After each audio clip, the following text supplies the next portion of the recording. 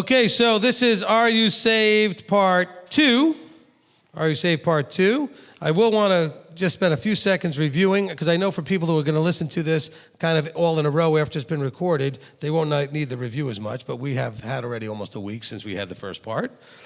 And so in Part 1, we gave some definitions. Well, first of all, we discussed the fact that salvation is in a relationship with faith and works, that there's a relationship between the three. There's a relationship that we need to understand between salvation, faith, and works. And then we defined the terms, so let's just redefine them again just so we understand. And we'll define them in the scriptural terms, that salvation is the preservation from and deliverance from harm, ruin, or loss as a consequence of sin that was made available to all through the death, burial, and resurrection of Messiah YESHUA. All being everybody that has ever lived or will live. Faith being our acceptance of this truth, the truth that we just stated about salvation. That's faith not in general, but faith as it relates to salvation, faith, and works. So faith is our acceptance of this truth and our complete trust, reliance, and confidence in the salvation provided by YESHUA. So we should have no doubt that if we do the third part, which is works, in accordance to the plan that's laid out in Scripture, that we should end up in without any problem as far as salvation. We should understand that. Okay, so faith being our acceptance of that truth, and then works are the things we do, the actions we take that demonstrate our faith or lack thereof in the salvation provided by YESHUA. Now, of course, I don't want us to sound or get confused with sort of the mainstream Christian way of doing all these things by thinking, okay, salvation and faith, and we're saying, okay, so we're going to trust the salvation provided by YESHUA. We're going to have faith in the salvation provided by YESHUA, but it's the works part that gets us all messed up. See, the works are the things we do and the actions we take to demonstrate that we actually have faith, or maybe it demonstrates that we don't have faith in what YESHUA did. Now, Christianity would say that our effort to do works of Torah shows our lack of faith. And so we got to be careful to address that, because they will say that, well, you're showing a lack of faith in what he did by doing the works. No, he did look, if you did the works without his death, burial, and resurrection, your works would be to no avail. Of course, if he died and was buried and resurrected, which we have faith in, and we don't do the works, then his salvation that he provided for you is to no avail. He provided it so that your works would have a result that he desires, that it would result in you being changed from the corruptible to incorruptible. So there's a connection. You need both. Because he wants to spend forever with people that are going to behave a certain way. You know, we play a game often. I'll play the game now. We'll play the game today. It's the what if you had the power to live forever? Wouldn't that be great if you had the power to live forever? And what if you also were the one that got to choose who else got to live forever? That's pretty great, right? You think, oh, that's great. It's like, hey, it'd be awesome if I could pick. Now think about it right now. Who would you pick? How would you choose? Would you have a criteria or kind of a standard or a measuring stick for who gets in, who doesn't get in? I mean, obviously, we know Yahweh has that. But what if it was you? Because maybe you don't like his standard. Maybe you want to pick your own. I mean, who decides? Think of it this way. If you had that power and you were to think about it for a couple of minutes right now, I'm not going to wait a couple of minutes, but if you were to do it, would there be a lot of people on your list? How big would that list be right now? Pretty small, probably. What about a more scary thought? How many people's list would you be on? And so if you, being flesh, you being a flawed human being, would realize you need to have some sort of criteria to pick people? Because let me ask you this, would you want to just live with everybody you know? Everybody you ever met? No. Why? Could it be because of the way they behave? The way they treat each other? The way they would treat you? What is Torah? Instruction on how to treat each other and treat the one who has the power to live forever with you. Same thing I just sort of laid out. You see that?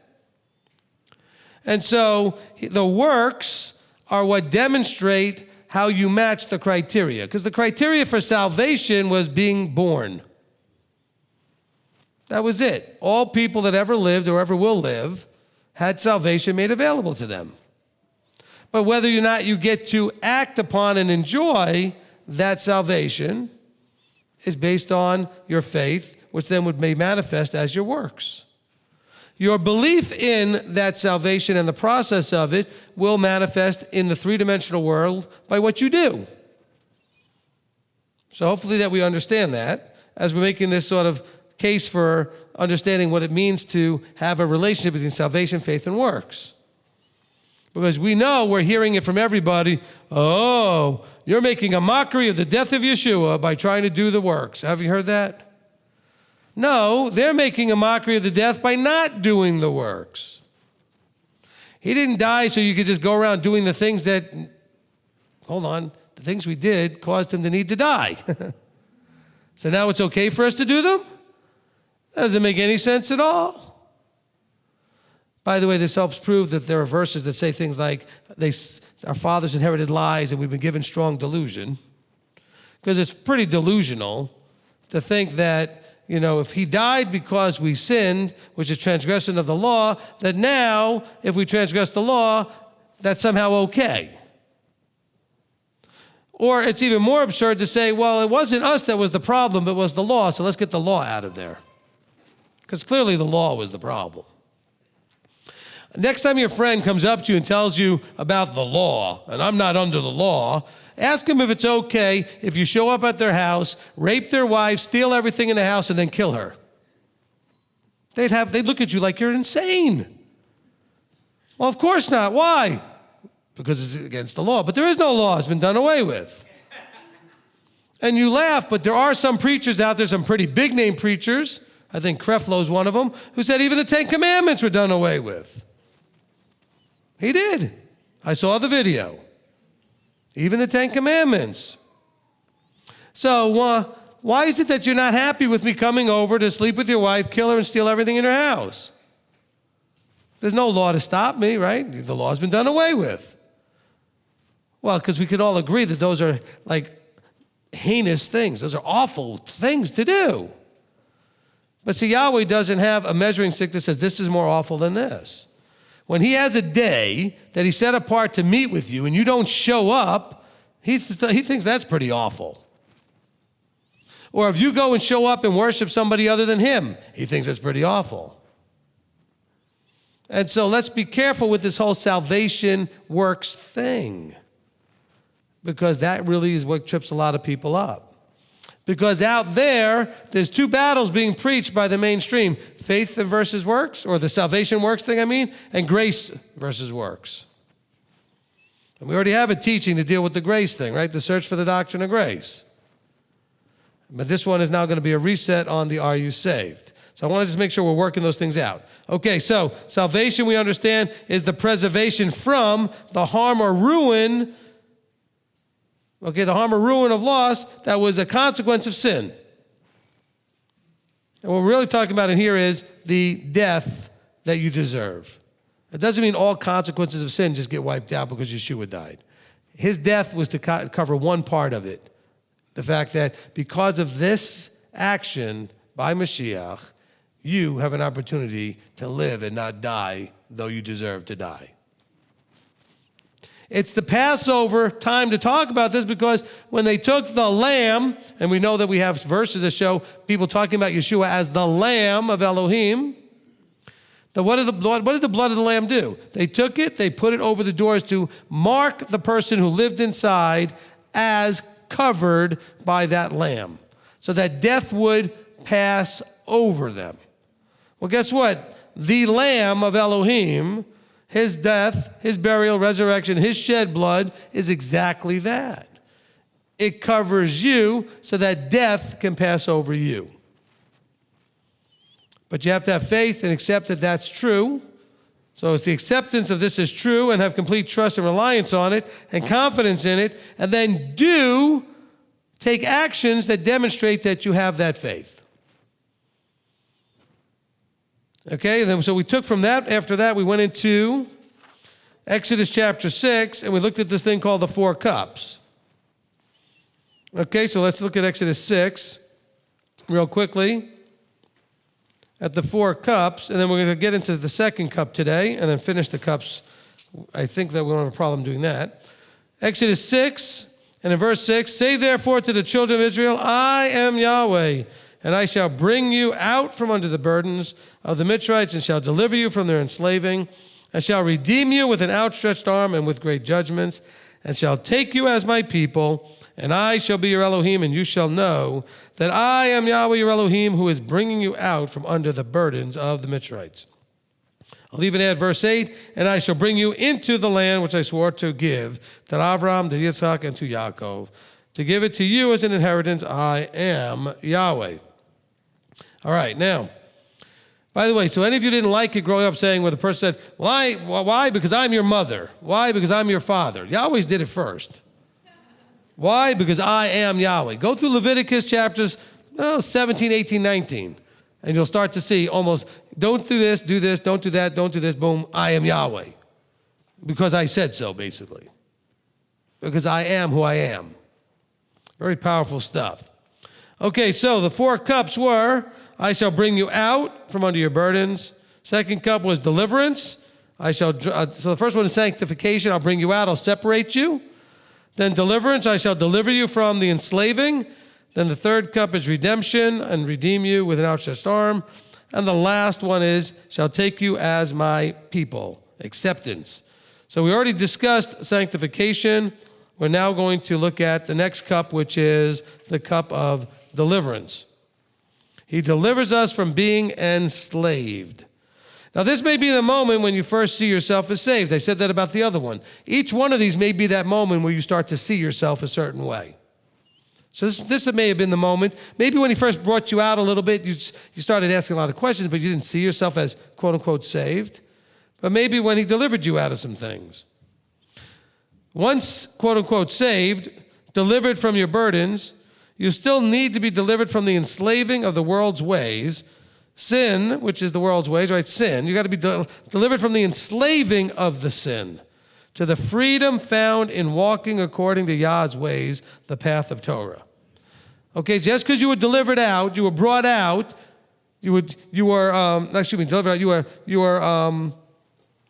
what's the word that we used here? He said, I'll bring you out from under. Just because you were brought out from under the burdens, and he took you out, doesn't mean that you're no longer enslaved. You could be just as enslaved somewhere else. How many of you ever changed locations and still had the same problems? Location doesn't change all that necessarily. Okay, let's look at Romans chapter 6 and verse 16. I have a few one-verse quotes here. Okay, we're going to look at Romans 6 and verse 16. Do you not know that to whom you present yourselves servants for obedience, you are servants of the one whom you obey, whether of sin to death or obedience to righteousness? Okay, in a lot of translations it says slave. So he's going to bring you out and deliver you out of slavery. The slavery here is sin. You are enslaved to sin. Now, how do you know what we're talking about? It says, the ones you present yourselves in obedience. You know, Paul talks about the law of sin and death that rules in your members. Yeshua wants to set you free from that enslavement to the freedom of the Torah. He says, look, you are slaves to either what? The one you obey, either sin. Are you obeying sin? Sin leads to death. Or your obedience is to righteousness. What does that lead to? Eternal life. Let's go to James chapter 1. James chapter 1. I just started talking. How could it be 15 minutes? I'm looking at my thing over here. All right, James chapter 1 and verse 25. But he that looked into the perfect Torah, that of freedom, and continues in it, not becoming a hearer that forgets, but a doer of the work, this one shall be blessed in his doing. They added in there of the Torah, because that's kind of what they're talking about. So here we have this idea even go back to verse 23, the idea of someone walking as a hearer. If anyone is a hearer of the word and not a doer, it's like a man who looks at his natural face in the mirror, for he looks at himself, goes away, and immediately forgets what he looked like or what he was like. But here's Yaakov. He's one of the 12. He's also likely the one that was the one ruling in Jerusalem, and he believed the Torah was freedom. How does the church end up with the Torah being slavery and bondage? It sets you free from the slavery and bondage. He says, look, but he who looked into, he's just comparing it now to a mirror. So you're looking into the word like it's a mirror. He said, the perfect Torah, the perfect law, that of freedom, and continues in it. And the idea there is continuing. So you found out about it, but you got to do it and keep doing it and keep doing it. You got to continue in it and do it not as a hearer only, but as a doer. What did we talk about so far? Salvation, faith, and works. Okay, the salvation provided by YESHUA. We have faith that it's real. We rely on it. And then we are a doer of what we heard, because you didn't see any of this stuff. You heard it. And so are you going to be a doer of what you heard? Ephesians chapter 2. All right, Ephesians chapter 2 and verse 1. And you were dead. Okay, that's really the thing we have to embrace the most, is to realize without all of this stuff, even though you have a pulse, ultimately you had death in your future. You were dead. You were headed towards death. That was your destiny. You were dead in trespasses and sins in which you once walked. So the trespasses and sins that are leading to death, that are why we're in the state called dead in this verse here, is because it has to do with how we walked. In which we walked in these trespasses, and in which you once walked according to the course of this world, the way the world does things, according to the ruler of the authority of the air, of the spirit that is now working in the sons of disobedience. Among whom you also were once lived in lust of our flesh, doing the desires of the flesh and of the mind, and were by nature children of wrath, as also the rest.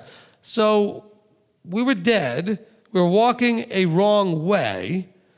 There's a reason why the Torah life is called the walk or the way. If you go to ask any of your Jewish friends what they call Torah observance, there's a category, it's called halakha. Halakha means how you walk. Instructions on walking. So the person writing here, Paul's writing here to the Ephesians, he's using absolutely very clear Hebraic terms. So he says, your halakha was worldly. Now your halakha is Torah-based, otherworldly, from above. But in the walk that was worldly, we were what? We were disobedient. Okay? We had an intrinsic nature of disobedience. And then he says here, you were by nature children of wrath. In other words, that was your state. That was your natural way of being. We know people that naturally are happy. People that are naturally angry, people that are naturally depressed. Here he's saying that this worldly walk, had people in their natural state was generally to be children of wrath.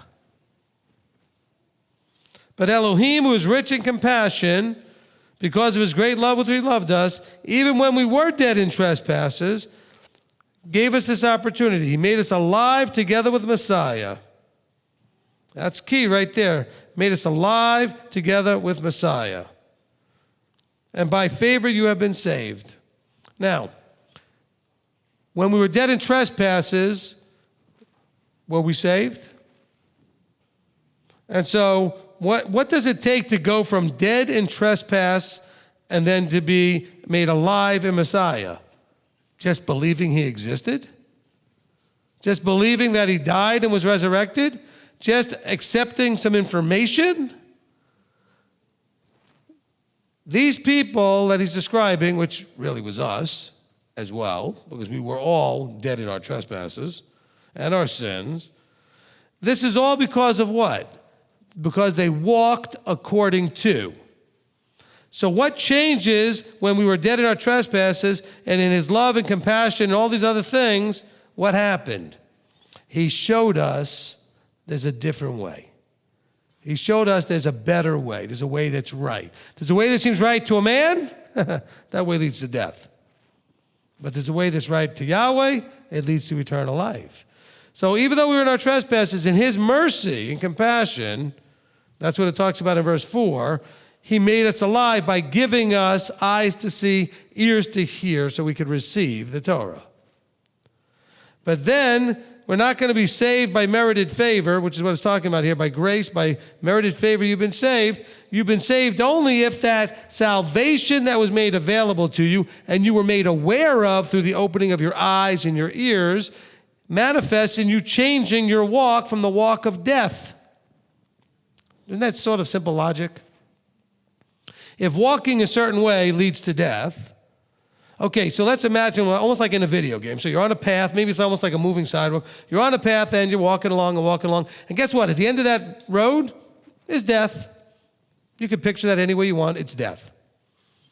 So now Messiah dies, and through mercy and compassion, you're opened up to the understanding about Messiah, but you don't get off that path. Where are you going to end up? Still death. The road still leads to the same place. But because he gives you eyes to see, ears to hear, etc., you now know and recognize that that path is leading to death. And guess what? You have a choice. You realize, oh, wait, over there's a different road. That road leads to life. I can change the path I'm on. I could choose to be on that one. And so he shows us the way. What's the way? Yeshua says, I am the way. I am the truth. I am the way. I am the life. We also already did many times this, the idea that, if he's the truth, if he's the way, he's the life. Okay, so what do we know truth is? We know the Torah is truth. The word is truth. Psalm 119, 142 and 165, or 160. And John 1 tells us that the word was put on flesh, John 1:14. So we got this whole thing that says Yeshua is the truth, he's the life, he's the Torah. He's all those things. He says, I know the way, follow me. Follow me in this other direction. Be like as I am is what it means. The Greek there has a better understanding of be like I am. Do what I do, say what I say, be what I am. And so here it's very important that we see there was a different status that we had. In the blinded, delusional state, we did not know that what we were doing was actually just straight on to death. But in his mercy, it doesn't say in his mercy, just, Yeshua died and that's it. He said, we were dead and he made us alive. How? It doesn't say the how in that verse. We have it in a lot of other verses. How? By showing us the path that leads to life. Go back to Deuteronomy with Moses, right? I lay before you life and death. Therefore, choose life. Guard my commandments and live. That's what Yahweh says. He delivers us so we can see his love, compassion, and mercy. We see that expressed here in verse 4. He delivers us so that we can see the truth. Okay, so we know that in John 8, and we read this earlier today as part of the John readings, John 8:31. This was like a couple of days ago. Let's just read it again for this teaching so we have it on this video. John 8:31. So Yeshua said to those Yehudim who believed him, so there were obviously some Yehudim that didn't believe him, if you stay in my word, you are truly my disciples. Well, that goes without saying. I mean, if you stay in anybody's word, then you're probably their disciple. That's kind of the nature of discipleship. Maybe the first million times you saw this verse, you didn't know that. So it's no surprise that he would say that. It's really normal, expected. This is not an unusual thing. If I'm your teacher and you're my disciple, I expect you to stay in what I've told you to do, how I've guided you and given you counsel, etc. He says, so if you stay in my word, then you are truly my taught ones. So how do you know if you're discipling with him? You got to stay in his word. Oh, but that means I only have to do the red-lettered stuff in my red-letter Bible. Well, only if everything Yahweh ever said is in red. You better go back to that father and son teaching to figure out what Yeshua means when he says, my commandments. And I don't think he's talking about only the things he said when he put on the flesh suit. Okay? So here in John, then he says, verse 32, and you shall, hold on, remember, that's before I get to 32, this is predicated on if you stay in my word and you're my student. If you stay in my word and you're my student, then you shall have a relationship with the truth. You shall know the truth. Not just know about it, not just have the information. Okay? And the truth shall make you free. Free from what? Free from sin and death. Free from being the children of disobedience, the spirit of disobedience, and the children of wrath. All of that stuff we read in Ephesians. It's the same stuff. Paul knew this stuff. He understood. So he's teaching it. Yeshua is talking about it here in John. Paul's saying the same thing. So he says here again, you shall have a relationship with the truth, and the truth shall make you free. Free from sin, free from bondage. It's sin that's bondage, not Torah. And you are enslaved to it unless you allow him to break you free. And that's the second cup, the deliverance from enslavement. In John 14:6, we talked about that. He says, I am the way, the truth, and the life. Okay? Then we have, of course, Psalm 119, 142, and 160. Okay, that's all in my notes. And then John 1:14. Okay. There are two aspects of deliverance. Deliverance from spiritual bondage of paganism and the deliverance from physical bondage of slavery. The physical bondage of acting in a sinful way, doing the desires of the flesh, and then having all of the stuff that comes with that. Because there are consequences, don't we know it? Some of us have lived that life much longer than we should have. Like we shouldn't have at all, right? But longer than we would like to have had. I mean, we look back and go, why would I have done that to myself all that time? And I'm still suffering consequences from it, aren't we? There still are. Things still come into your head that shouldn't be there. There's stuff that was going on that happened in those days that still comes and haunts you a little bit. So we first have to understand that there's two aspects to deliverance. One is from spiritual bondage, paganism, and the other from physical bondage of slavery. And it's in the Exodus that we see it done in that order. First, he goes ahead and does the plagues. The plagues wipe out all of the paganism, basically. Shows all of the gods to be false. At least all the gods of that place in Egypt. Other places had other gods. So he first showed them all to be false. Then he physically took them out and delivered them from the physical enslavement. But it starts with the spiritual. And then guess what it does? Then it cycles back and goes back and circles around and does it again. Because realizing some things are pagan, and then coming out of some of that enslavement, then you realize that more stuff was pagan. And then you need to come out of more stuff physically. So it's kind of a cycle. Don't think Greek, think Hebraic.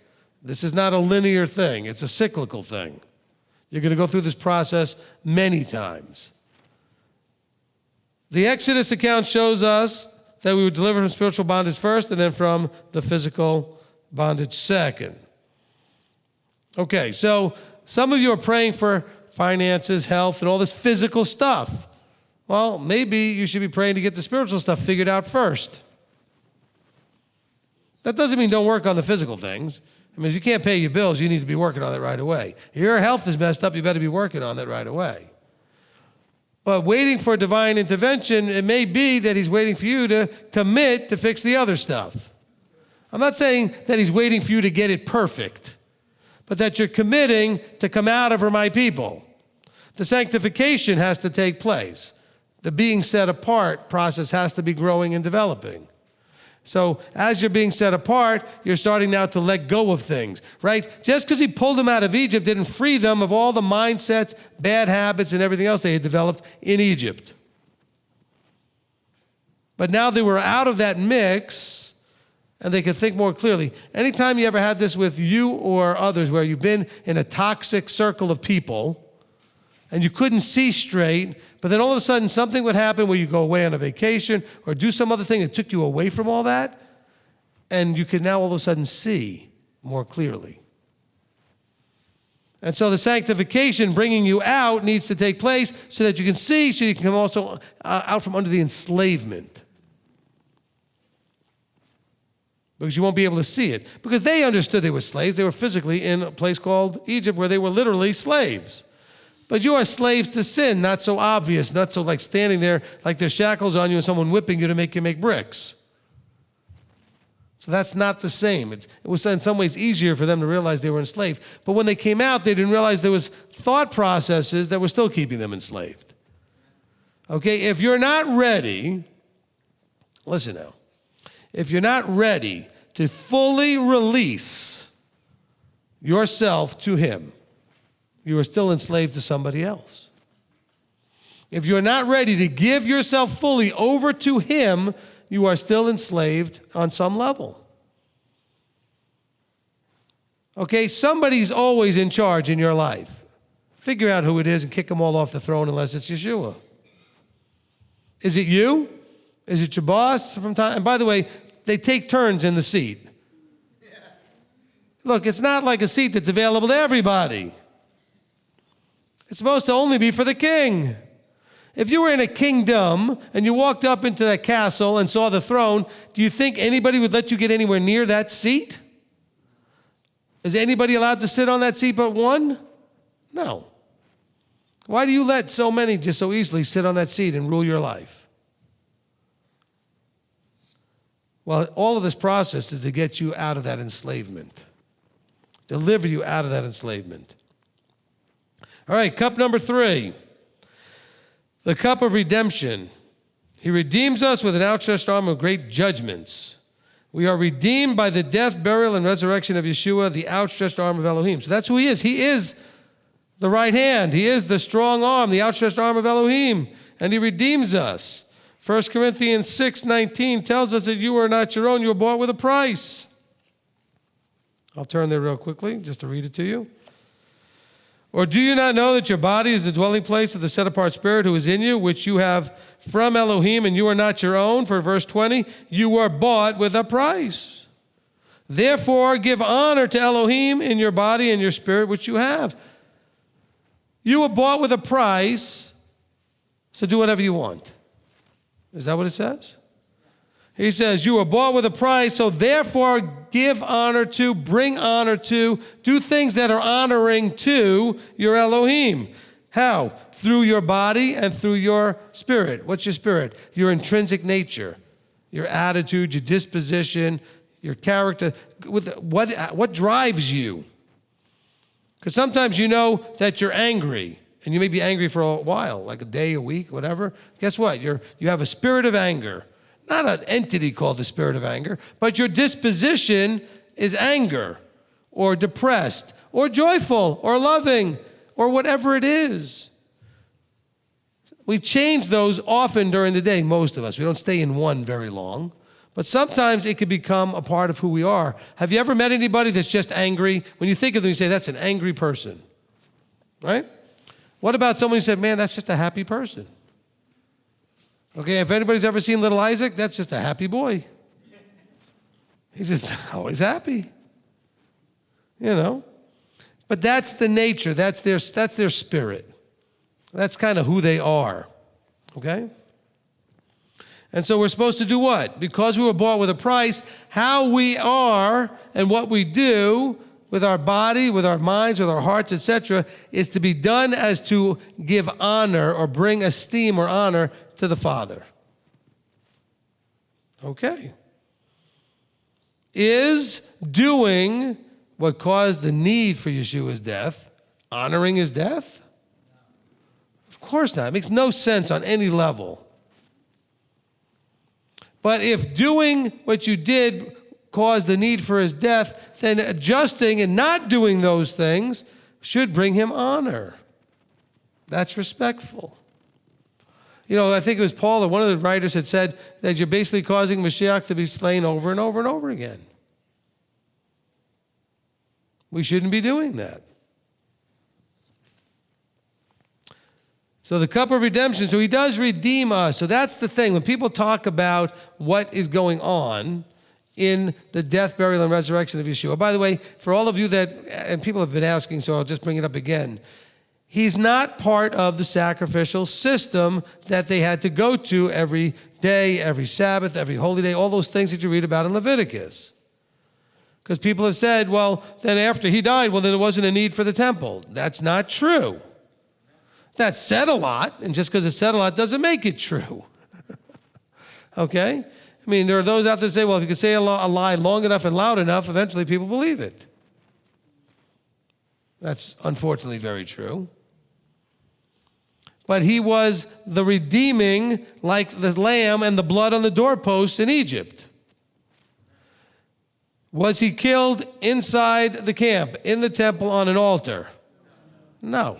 Where did you have to do all the Levitical sacrifices? Inside the temple on an altar. Or in the temple comp, in the grounds. There were places to do these things. But it wasn't done outside where he was. And so let's make sure we're understanding that he provided that redemption. And what's redemption? An exchange. Right? We did hear a couple of days ago the Pidyon Haben, the redeeming of the firstborn. We did that with the 5 silver ounces, the 5 coins, to exchange for the life of the child, the firstborn, as commanded or instructed in Numbers chapter 3 or 4. Okay, it's right there in the beginning of Numbers. So having said that, you understand what redeeming is. It's an exchange. 1 Corinthians says, you were bought with a price by the exchange of YESHUA for you. And some of you sit there going back there going, I'm sorry that had to happen. I wasn't worth it.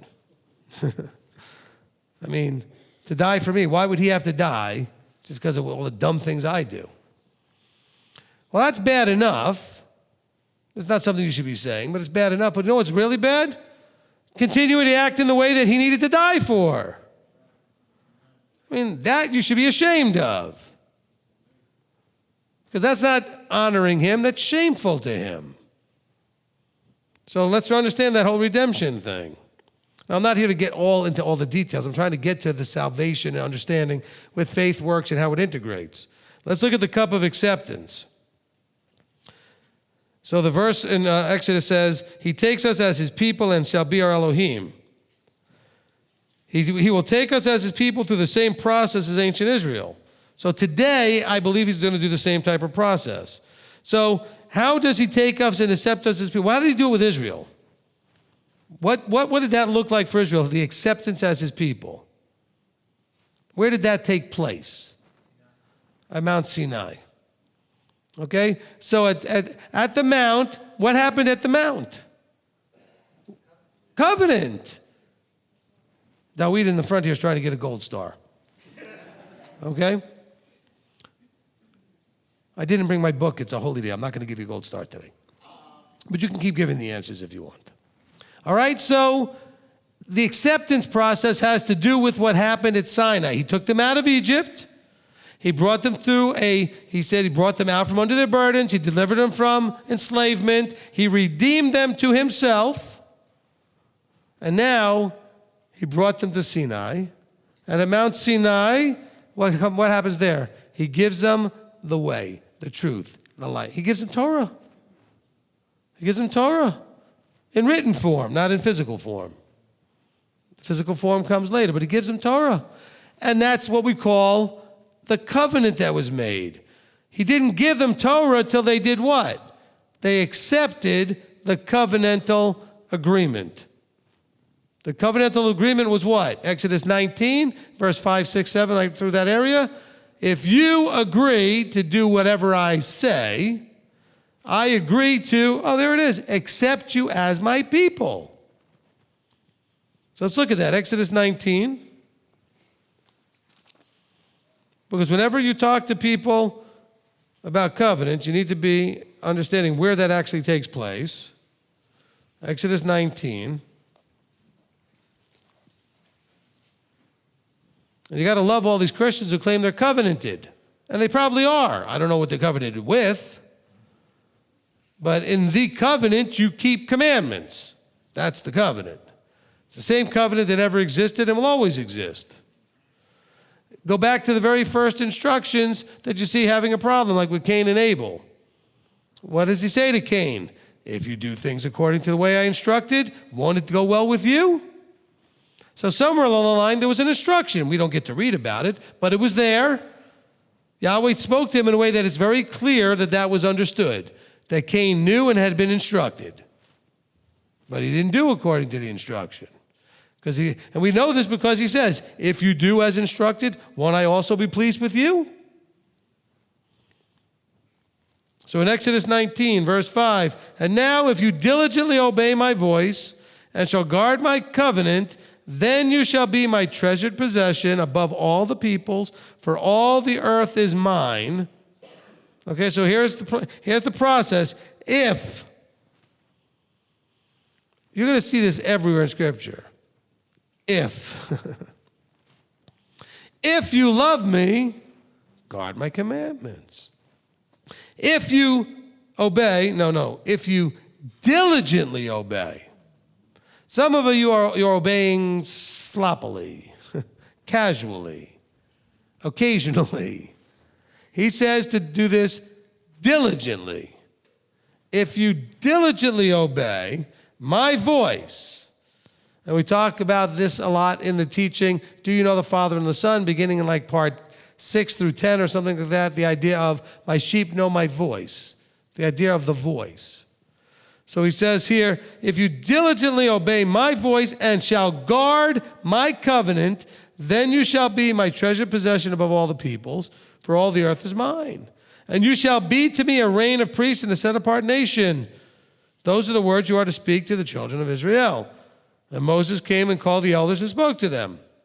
And in verse 8 they said that all the people answered together and said, all that Yahweh has spoken, we shall do.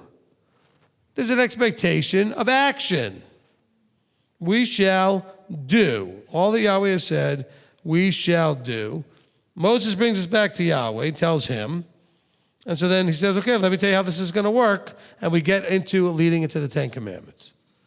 The big moment at Sinai. All right.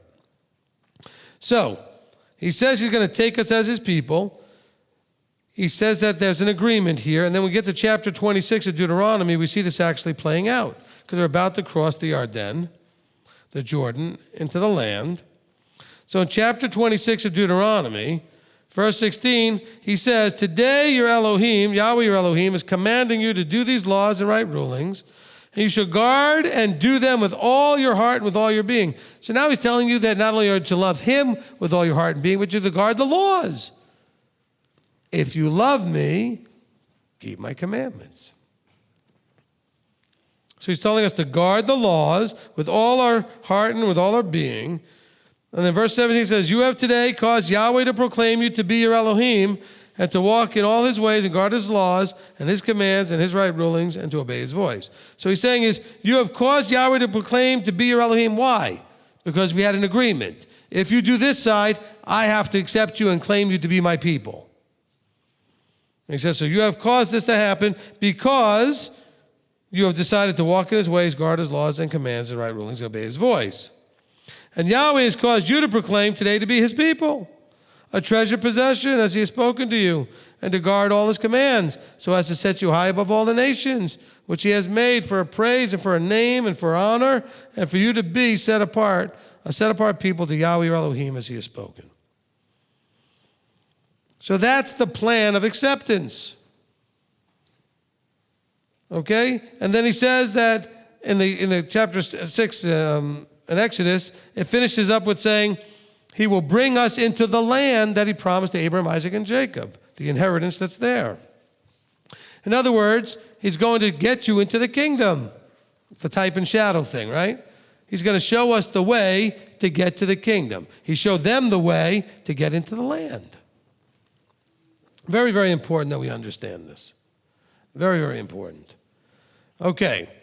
I hope we have enough time for this. We're going to leap into just another piece here that's basically going to deal with the once saved, always saved problem. Now, bear in mind, those 4 cups are dealing with the salvation process. I'm not dealing with yet the whole faith works thing, but the salvation process. But in that salvation process, what do you see happening? He brings them out. He delivers them. He redeems them. He accepts them. And yet, what do we see going on in the desert? Those that didn't have faith and was not manifesting it through their works ended up dead. I don't mean to be harsh or, rude in any way. But is that not what happened? So can you see that the salvation provided? Can we all agree that Israel felt like they were saved out of Egypt? As a matter of fact, there are verses that talk about how he saved the nation out of Egypt. Where has it ever been spoken about a God that saved a nation out of a nation? There are verses that say these things. So they were saved. So let's deal with the once saved, always saved. Was Israel always saved? No. Everybody but 2 ended up dead. Didn't make it into the land. And so, but that was before Yeshua died and before we had the Spirit. Look, the Spirit was available all the way from Genesis 1 when it hovered over the deep. And that's all in the teaching on understanding the Ruach. So there is no difference. Yeshua had to die, he had to be buried, he had to be resurrected. It just really didn't matter as far as we're concerned when. It mattered to his promises and his prophecies and his timing. But as far as we're concerned, it really didn't matter if we were born before it happened or after it happened. Before or after. What did the people have before? They knew who Yahweh was and they knew Torah. Or at least they knew they were supposed to keep it. So what do we have now afterwards? Well, we know who Yahweh is. Well, we took a flesh suit on. Okay? And we also know Torah. Nothing's different. Oh, no, we're special now because we're here after Christ came and Jesus took care of us. And come on. You ever read Hebrews 11? Faith chapter. All the heroes listed there. Oh, they're not getting in? Abraham's not getting in. Noah's not getting in. Jacob's not getting in. Isaac's not getting in. All those people listed there, they're not getting in? There are some that teach those kind of sillinesses. Because if you need only what happened after Acts chapter 2, they can't get in. Didn't happen until Acts chapter 2. So that's ridiculous. Of course, you have to be thinking and not be in a delusion, not be inheriting those lies, but exposing those lies and releasing them. Then you can see it. So Israel was clearly not once saved, always saved. We're going to see they were saved a lot. At some point, he finally said, I'm not saving you anymore. I've had enough saving you. Don't push him to that point. Not a good plan. All right, so let's look at John 15. Okay? Now, I did have a conversation with a senior Baptist pastor in Hilton Head Island. I don't even know if he's still there. This is like 20 years ago almost. Okay? And I was there at somebody that was kind of connected to us, had a business, and I was there at that place of business, and the senior pastor showed up, and I got introduced to him as Rabbi Steve. And the guy probably thought I was a Jewish rabbi. And we started talking. And I pulled one of these out, probably the same one, the scriptures, soft cover. And I was a wise guy. I liked to stir trouble at the time. I know you find that shocking. And no, really, I did. And I didn't have a good filter, and I really was not as well, what's the word I'm looking at? I wasn't mature enough at the time. So I would have a lot of fun and take every opportunity to mess with somebody, to expose what they don't know scripturally and that kind of thing. Robin knows because she remembers me from then. Okay? And the thing is, as we're looking at this here, this once saved, always saved thing, I pull out John 15 in the scriptures, I read it to him, and I go, can you please explain this to me? Because it reads like this: I am the true vine, verse 1, and my Father is the gardener. Every branch in me that bears no fruit, he takes away. And every branch that bears fruit, he prunes so that it bears no more fruit. So it bears more fruit. You are already clean because of the word which I have spoken to you. Stay in me, and I stay in you, as the branch is unable to bear fruit of itself, unless it stays in the vine. So neither you, unless you stay in me. I am the vine, you are the branches. He who stays in me and I in him, he bears much fruit. because without me you are able to do nothing. If anyone does not stay in, man, he's obsessed with this staying thing, isn't he? If anyone does not stay in me, he is thrown away as a branch and dries up, and they gather them and throw them into the fire, and they are burned. If you stay in me and my words stay in you, you shall ask whatever you wish in my name, and it shall be done. In this, okay, so we can keep going. It goes on. So I took this and I said, look, I'm trying to understand this, I said to him. Every branch in me, that's a saved person, isn't it? According to Christianity's idea. Wouldn't that make sense, right? A branch in him, that's got to be a person who's saved. What else would you call it? In the Christian terms. And then he says, wait a minute. If a branch does not stay in me, he's thrown in the fire and burned up. I said, you believe once saved, always saved? He said, yes. I said, well, can you explain this to me? He looked at me like I was handing him a bomb or something. I mean, he wouldn't take the book. And he says, you ready for this? I don't know that translation because it reads so different than any other one. This isn't one of the sections that really reads different in any translation. So I said to the guy, I said, Bob, do you have, there's a lot of Bobs around, even the guy's place I was at. I said, Bob, do you have a King James? He goes, absolutely. Pulls it off the shelf. I opened to John 15. I said, how about this one? So he took it, put it down on the side, and he just looked at me. I said, can you explain it to me? He said, well, you can't understand it. I said, why? He said, because you are spiritually blind. I said, okay. I said, so if I wasn't spiritually blind, it would just be obvious and I'd get it. Now, I don't remember if he said this to me. I know for sure he said it to my wife, which was a bigger mistake.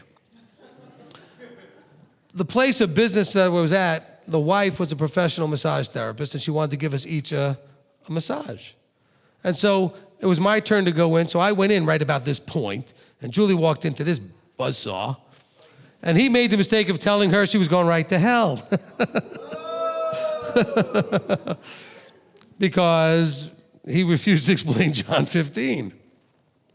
So then when I got back out there, I was talking to him, I said, okay, let me understand this. What do you call a person who is saved and then they don't stay in him, like they go off and do worldly things? He said, we'll call that a backslider. I said, okay, that's Baptist talk for, people that go back into the world or whatever. I said, okay, backslider. So what if you're in your backsliding and you die? Do you still get in? Of course you do. I looked him in the eye and said, then what's the point? What do you mean, of course you do? But he did. He said that. That's what proves the book true. If their eyes were not blinded and their ears were not shut, they would never believe ridiculous things. So don't pick on them for not being able to see what's ridiculous, because some of you get on Facebook and you make all these posts and these very pretty looking graphics that basically mock Christians as being idiots. They're not idiots, they're blind. They're in a delusion bubble. The system's the problem.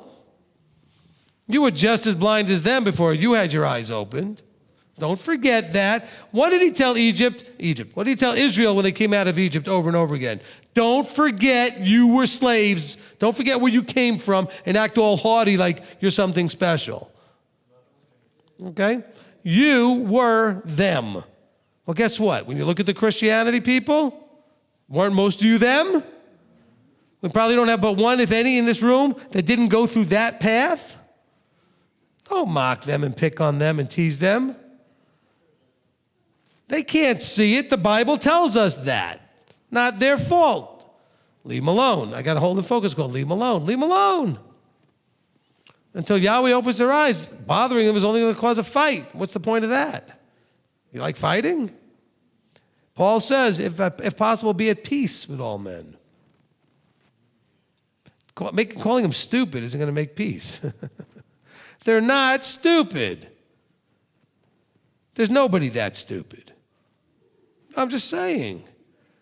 It's because of blindness.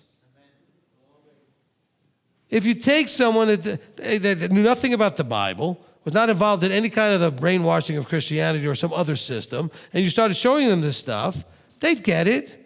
It reads very logically. If you are in me, whatever that, we'll call that status being covenanted, if you're in me, apparently you can leave. And if you leave and don't stay, you could end up, dried up and thrown in the fire and burned. What happens when you take dried up twigs and throw them in a fire? They burn pretty quick. It's not like you're going to pull them back out and, clean them up or something. It's going to go, whoosh, boom, that's it, done. And so this whole idea of once saved, always saved, YESHUA he plainly explains it right there. There's no such thing. According to their theology, that doctrine of being saved and once saved, always saved, I've got to believe when he says, every branch in me is a saved person. Does anybody disagree? According to their definition, I'm saying.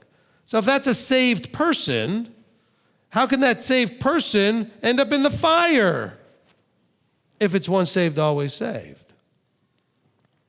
If once saved, always saved is true and backsliders don't have to come back, they can stay in their backsliding, die, do you want to be in that place forever?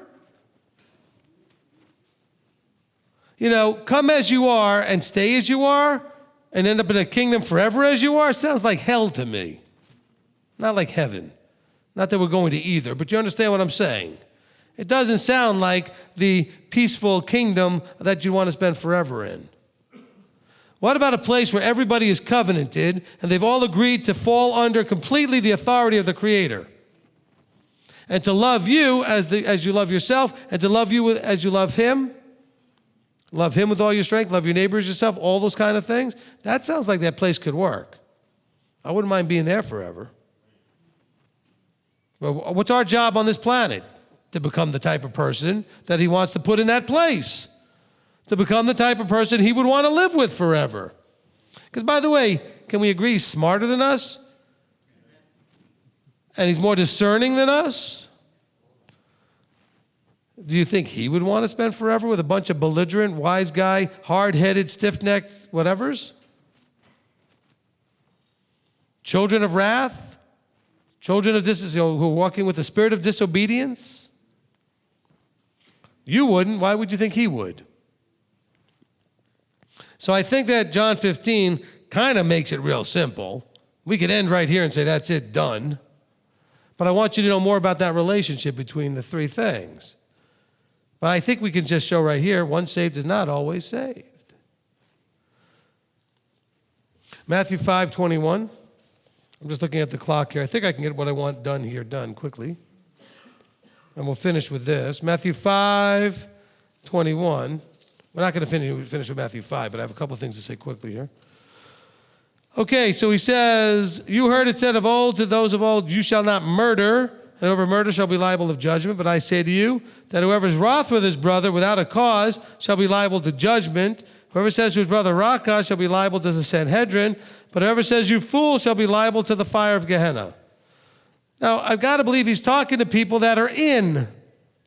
He's saying you think you're in, you're covenanted people, but you can do things that get you in big trouble.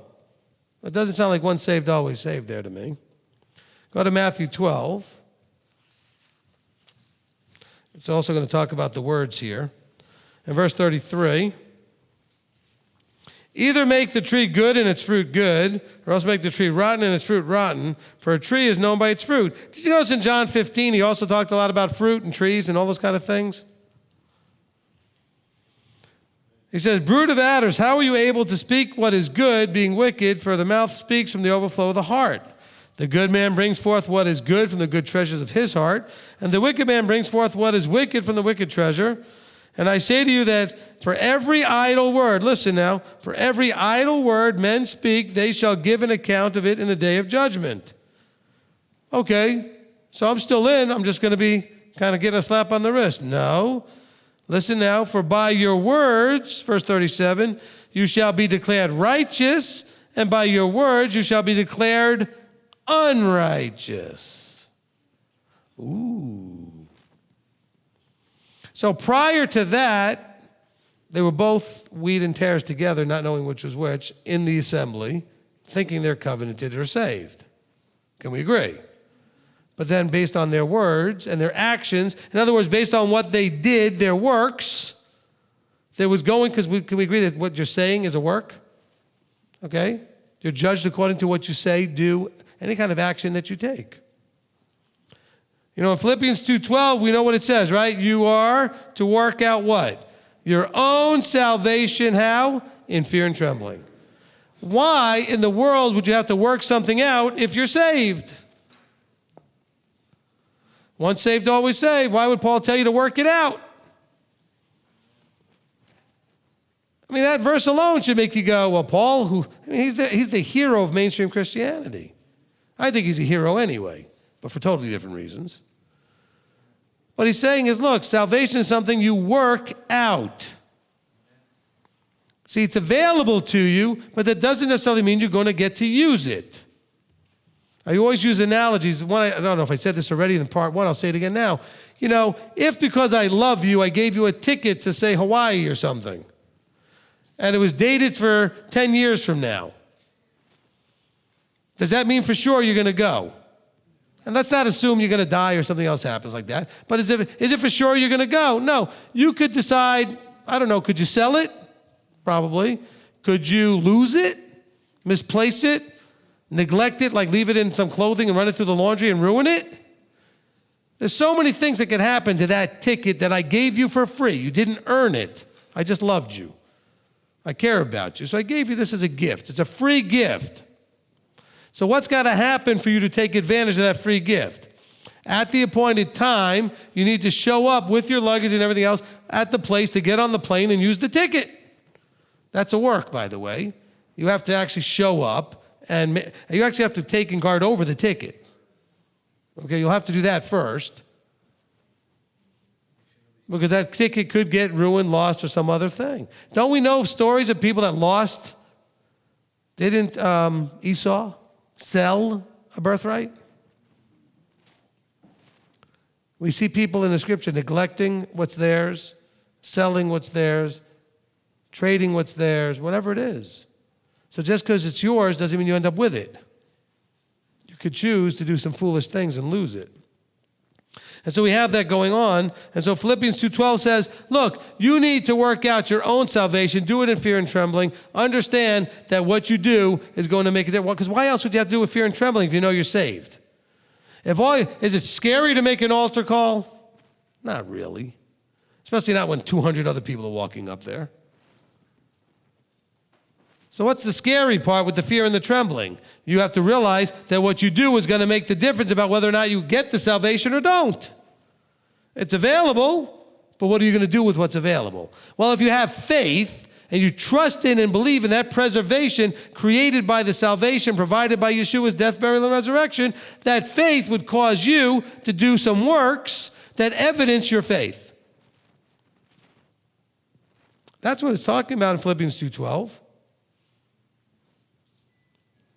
We'll close here by going to Deuteronomy 8:2. I'm actually going to go to it instead of just quoting it like always. In Deuteronomy 8:2, now I know people can say, well, that was before he died and everything. I get it. All right? But can we believe that Yahweh doesn't change?